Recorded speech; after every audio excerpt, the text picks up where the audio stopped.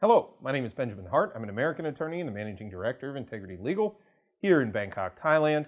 As the title of this video suggests, we're discussing tourists and retirees in Thailand.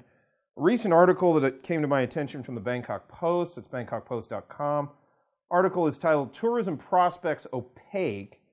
Quoting directly, the tourism sector may have to wait until 2022 to see quote-unquote normal revenue, described as 80% of the pre-pandemic level, as major markets are reluctant to ease travel measures unless there is a distribution of a successful vaccine, says the Tourism Authority of Thailand. And this sort of brought a question to the forefront of my mind, which is, could we actually see a year, that year being 2021, where there's actually more retirees coming into Thailand than are foreign tourists? And the reason I ask this question is because we have noticed a number of retirees looking to come to Thailand for a number of different reasons, most notably Thailand's handling of the coronavirus outbreak and the measures that they've taken in response to COVID-19. Another thing that I have noticed, and I've been told by folks that have contacted me, is they've said, well, I was planning to retire in another year or two, but with the economic situation being what it is, it just makes sense to go ahead and bring those plans forward.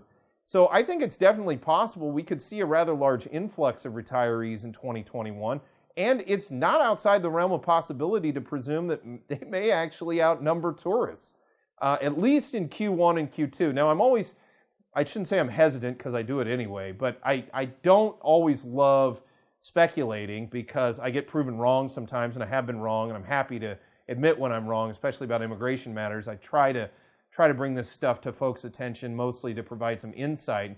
And the reason I do this is because it should be noted that retirees kind of have a different demographic impact or economic impact on the country over here than tourists do. They are not just sort of in and out. They come in, they spend a lot more time here, but they also spend a lot more money here. So in many ways, they may end up as a subset of folks coming into Thailand, they may end up softening the blow economically in the sense that what we lack in numbers as far as tourists, we may make up a little bit, probably not nearly to the level that we need to get to pre-pandemic, numbers as far as tourism revenue. But I definitely think that retirees should be looked at as a possible way of sort of softening the blow, if you will, of this post-COVID response era.